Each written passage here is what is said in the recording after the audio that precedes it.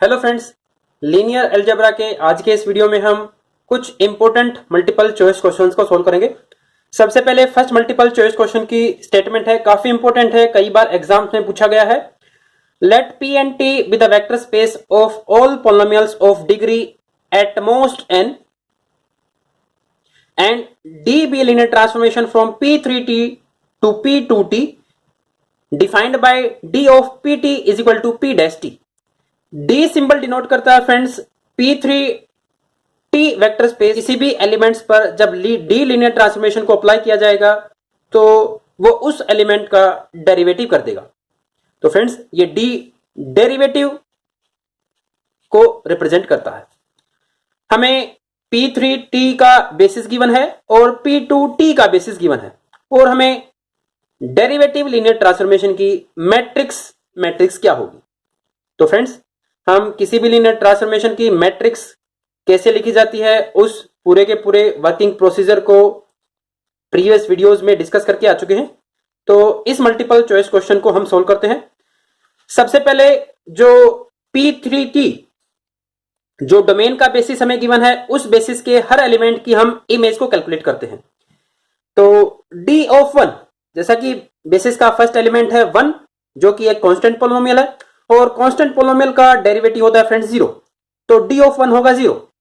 Basis का second element T, D of T, D linear transformation को जब हम T लीनियर पोलिनोमियल के ऊपर अप्लाई करते हैं तो जो हमें एलिमेंट ऑब्टेन होगा फ्रेंड्स वो होगा 1, क्योंकि T पोलिनोमियल का जब हम T के विद रिस्पेक्ट टू ही डेरिवेटिव करेंगे तो हमें 1 ऑब्टेन होगा।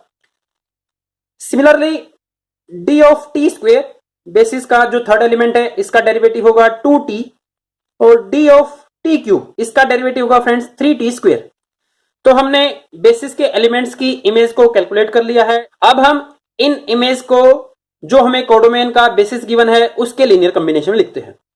तो सबसे पहला एलिमेंट है 0 को लिखने के लिए जो हमें बेसिस गिवन है 1T स्क्वायर, तो हमें यहां पर स्केलर्स चाहिए फ्रेंड्स 0 0 0 ही, 0 into 1 plus 0 into T plus 0 into T square. हमें इस केस में तो कुछ स्केलर्स के बारे में सोचने की जरूरत ही नहीं थी, क्योंकि 0 को लीनियर कॉम्बिनेशन में लिखने के लिए हमें सभी स्केलर्स को 0 ही अज्यूम करना पड़ेगा। सेकंड एलिमेंट है 1 को लिखने के लिए हम देख सकते हैं हमें 1T स्क्वायर बेसिस के एलिमेंट्स का यूज करना है। तो 1 को लिखने के लिए हम 1 को 1 से ही मल्टीप्लाई करते हैं और T को मल्टीप्लाई करते हैं फ्रेंड्स 0 से, और T स्क्वायर को भी एलिमेंट को मल्टीप्लाई करते हैं हम 0 से ही, क्योंकि इक्वेशन के लेफ्ट हैंड साइड में T की कोई भी टर्म नहीं है, हमें केवल कांस्टेंट 1 चाहिए। इसी वजह से T के साथ 0 और T स्क्वायर के साथ 0 को मल्टीप्लाई किया गया है। फ्रेंड्स अब 2T को हम लीनियर कॉम्बिनेशन में लिखते हैं।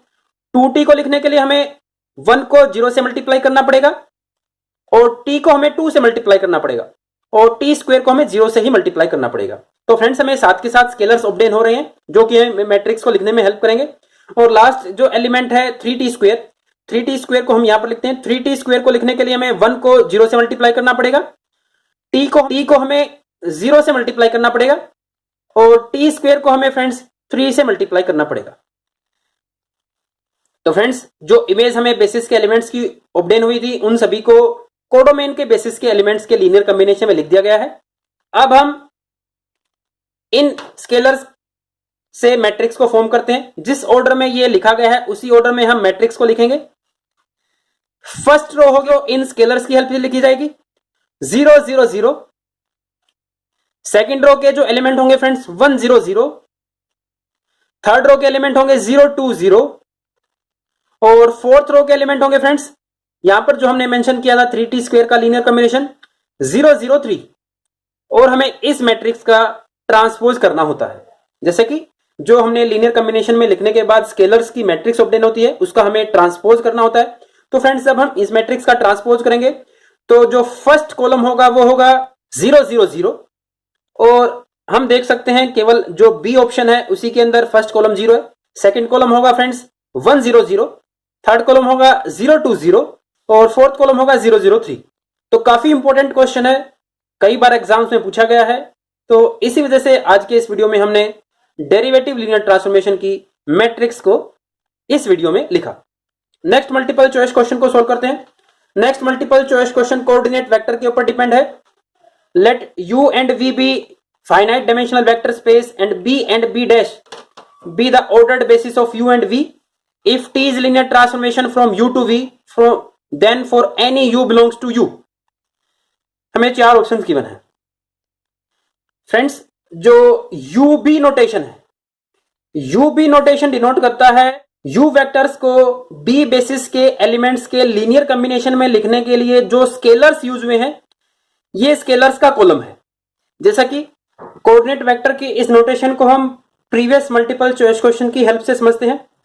अगर हम u को कंसीडर करते हैं 1 और इस डोमेन P3T के बेसिस को b अगर एज्यूम करें तो 1b डिनोट करता है 1 एलिमेंट को इस b बेसिस के एलिमेंट्स के लीनियर कॉम्बिनेशन में लिखने के लिए जो स्केलर्स यूज हुए हैं उस स्केलर्स का कॉलम। जैसा कि b बेसिस है friends 1t square t cube, और 1 को इस बेसिस के एलिमेंट्स के लीनियर कॉम्बिनेशन में लिखने के लिए जो हमें स्केलर्स चाहिए, हम 1 को 1 से मल्टीप्लाई करते हैं, t को 0 से, t स्क्वायर को भी हम 0 से मल्टीप्लाई करते हैं, प्लस t क्यूब को भी हम 0 से मल्टीप्लाई करते हैं, क्योंकि इस साइड t स्क्वायर t और t क्यूब की कोई भी टर्म नहीं है। तो फ्रेंड्स जो हमें स्केलर्स दिखाई दे रहे हैं 1 को लीनियर कॉम्बिनेशन में लिखने के लिए जो स्केलर्स यूज हुए हैं, उन स्केलर्स का जो कॉलम है, तो कॉलम है फ्रेंड्स, उस कॉलम की फॉर्म में लिखते हैं। फर्स्ट है 1, सेकंड है स्केलर 0, थर्ड स्केलर है 0 और फोर्थ स्केलर है 0। तो इसी को हम 1 एलिमेंट का with respect to b basis coordinate vector बोलते हैं। तो अब हम समझते हैं कि इस मल्टीपल चॉइस क्वेश्चन का जो करेक्ट ऑप्शन है वो क्या है। जैसा कि इस मल्टीपल चॉइस क्वेश्चन में हमसे यह पूछा गया है कि अगर u वेक्टर स्पेस का अगर हम कोई u एलिमेंट कंसीडर करें और इस u एलिमेंट की अगर हम t लीनियर ट्रांसफॉर्मेशन के कोरस्पोंडिंग इमेज कैलकुलेट करें जो कि v वेक्टर स्पेस से बिलोंग करेगी, तो इन दोनों एलिमेंट्स के कोऑर्डिनेट वेक्टर्स में क्या रिलेशन होगा। जैसा कि हमें u वेक्टर स्पेस का बेसिस गिवन है b और v वेक्टर स्पेस का बेसिस गिवन है p डैश। तो जो रिलेशन है फ्रेंड्स, tu वेक्टर का coordinate vector with respect to b dash basis, क्योंकि कोडोमेन का बेसिस b डैश ही है, is equal to t linear transformation की matrix with respect to basis b और b डैश, और फिर मल्टीप्लाई u वेक्टर का coordinate vector with respect to basis b। ये रिलेशन होता है फ्रेंड्स किसी एलिमेंट और उसकी इमेज के कोऑर्डिनेट वेक्टर्स के बीच में। u वेक्टर की इमेज का कोऑर्डिनेट वेक्टर होगा t लीनियर ट्रांसफॉर्मेशन की मैट्रिक्स को जब हम u एलिमेंट के कोऑर्डिनेट वेक्टर्स के साथ मल्टीप्लाई करते हैं। फ्रेंड्स हमें इस ऑर्डर को माइंड में जरूर रखना है, हमें इस ऑर्डर को चेंज नहीं करना। जैसा कि फर्स्ट ऑप्शन में u वेक्टर का कोऑर्डिनेट वेक्टर पहले लिखा हुआ है, प्री मल्टीप्लाई किया गया है, तो ये ऑप्शन फॉल्स है। सेकंड ऑप्शन ठीक है, थर्ड ऑप्शन फॉल्स है, ये तो रिलेशन ही गलत है, और डी ऑप्शन नन फॉल्स है। तो किसी एलिमेंट्स के कोऑर्डिनेट वेक्टर और उसकी इमेज के कोऑर्डिनेट वेक्टर में क्या रिलेशन होता है, हमें इस रिलेशन को और माइंड में जरूर रखना है। तो आज के इस वीडियो में हमने 2 इंपॉर्टेंट मल्टीपल चॉइस क्वेश्चंस को सोल्व किया है, और ये एग्जाम पॉइंट ऑफ व्यू काफी इंपॉर्टेंट है। हमें स्पेशली कोऑर्डिनेट वेक्टर के इस रिलेशन को माइंड में जरूर रखना है। Thank you.